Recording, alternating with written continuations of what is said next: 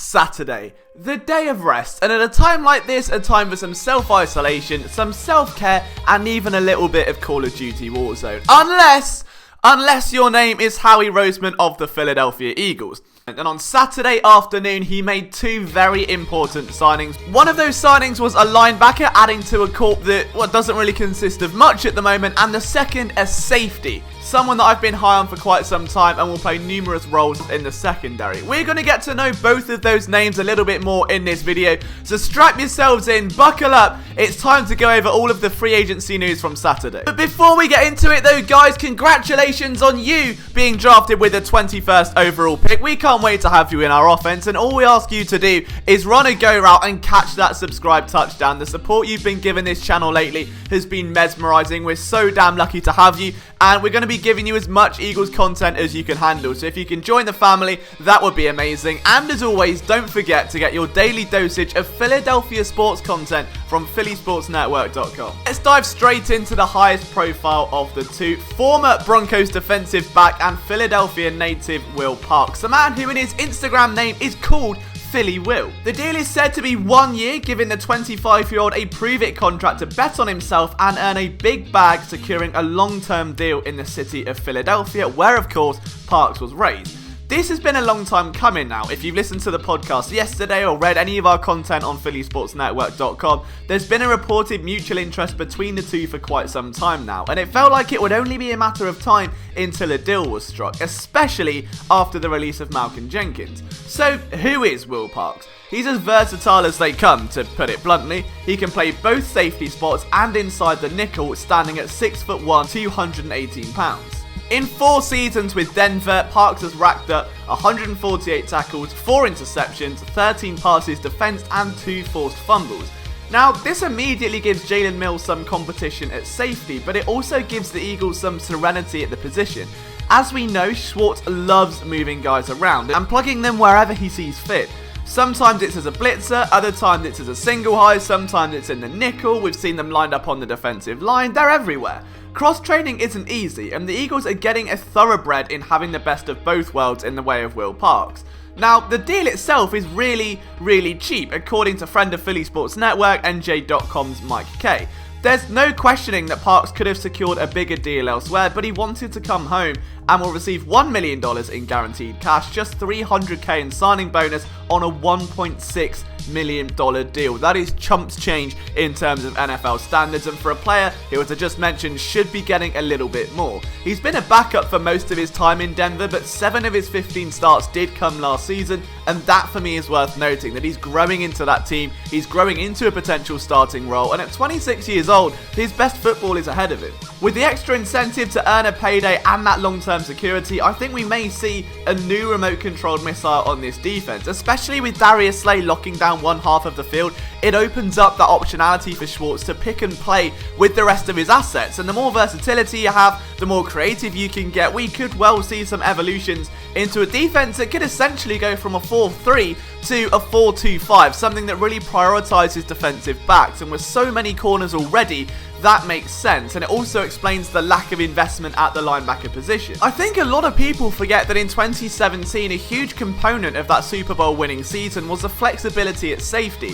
We saw it with Corey Graham and Jalen Watkins, who are almost becoming two forgotten heroes of that miraculous run. While Malcolm Jenkins and Rodney McLeod became the mainstays, I think the addition of Corey Graham and Jalen Watkins especially gave Schwartz that flexibility to have 3 safeties on the field, to move them around, to get creative with his personnel, and in turn that helped the Eagles massively. In short, Philadelphia are getting a high motor guy, someone that's versatile, can play pretty much every spot in the defensive backfield, and a hard hitter. Now, we'll be bringing you guys a full film room breakdown of this signing, along with every other free agency signing, so if you want to see that, make sure you leave a like and stick around this channel for more Eagles content. And the second piece of news, I know, believe it or not, the Eagles signed, wait for it, a linebacker.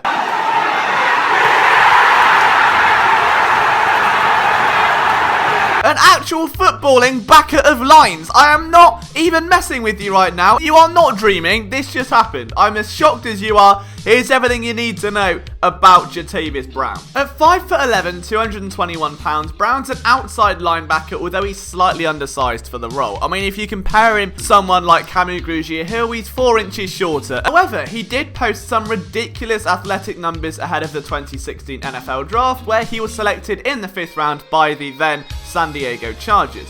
He put up 33 reps on the bench at a 4.44 40-yard dash, a 10.41 broad jump, and a 10-yard split of 1.53 seconds. In fact, that profile is actually relatively similar to Kevin Pierre-Louis. And if you've been around this channel for any amount of time, you would have remembered our free agency linebacker video where Pierre-Louis was someone I had a little bit of a free agency crush on and would have gushed over if the Eagles had signed him. So he's like a very budget option of that kind of linebacker. He quickly became a playmaker in his rookie season, leading the team in tackles with 79 and also notching 3.5 sacks along with 6 passes defensed and 2 forced fumbles.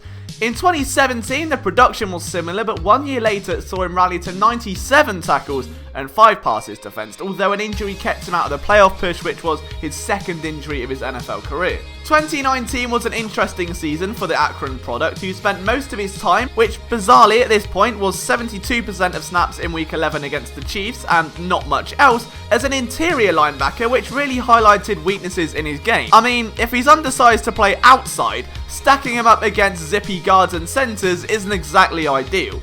It didn't help that the Chargers defense found some strong linebacking talent in the meantime, forcing him further down the pecking order. Now, while wildly athletic, his tackling production can fluctuate, with flawed mechanics sometimes leading to somewhat sporadic efforts. Think Ronald Darby, if you will. Now, this is of slight concern to the Eagles, whose entire position group outside of TJ Edwards struggled with that same problem last year. I think that Brown would be a great replacement for Hill, who the Eagles let walk at the beginning of free agency.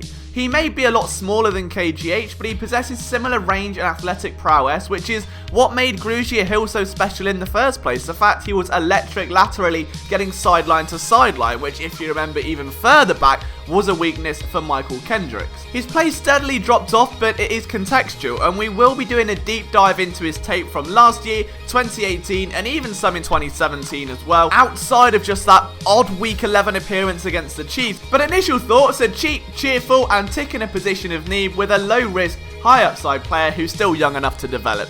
Could well be a training camp battle type player to watch, but at the end of the day, it's a position of need, okay? Beggars can't be choosers. You're complaining the Eagles don't sign linebackers. They sign a linebacker. It's also one that played 51% of special teams snaps last. We know from history that the Eagles really value special teams production from that corps. Alex Singleton, during his time in the CFL, we know what Kareem Hill's prowess has brought to the table, and TJ Edwards led the team in special teams tackles this year, so there is value to be had. They sign a linebacker, let's just relish in that. It's a fun weekend to be an Eagles fan. All competition is good competition, and it's a cheap option to... Let's not forget, when the Eagles got Kareem Hill from the Patriots, the same concerns were there. He went on to lead the Eagles in special teams tackles 2 years in a row and become a key defensive playmaker. You can't write guys off just because they're not household names. And the final piece of free agent news today comes from Nelson Agholor. It means that the Eagles will indeed need a new slot receiver unless they pass the torch over to Greg Ward Jr., who you can argue has at least earned the opportunity to prove himself.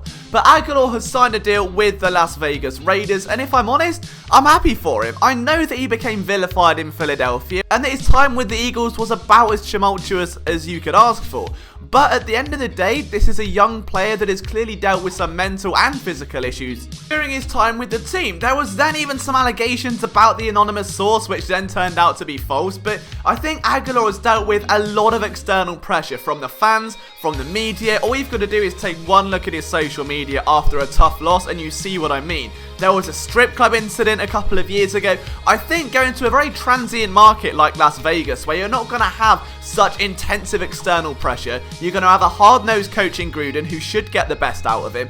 I'm not saying he's going to become a Pro Bowler anytime soon, but I think he needs that fresh start, get away from all the noise and drama, hit reset, and start a clean page, and hopefully he makes the most of that. You never want to wish ill on a player, whether they're good, bad, hero, villain, it doesn't matter. You want to see everyone succeed, and I think that hopefully this will be the right move for Agholor to take his career elsewhere, and it does, of course, at least present a little bit of clarity at the Eagles wide receiver picture that as of right now, their starting slot receiver is Greg Ward Jr.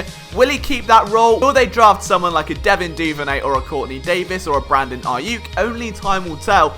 But guys, that is it for the end of the video. Thank you so much for taking time out of your day to watch this. Film room's coming on both of these signings over the next week, along with Darius Slay and Javon Hargrave. If you want to stick around, that would be amazing. Thank you for all of the support. My Twitter is @LiamJenkinsPSN. I'll see you soon.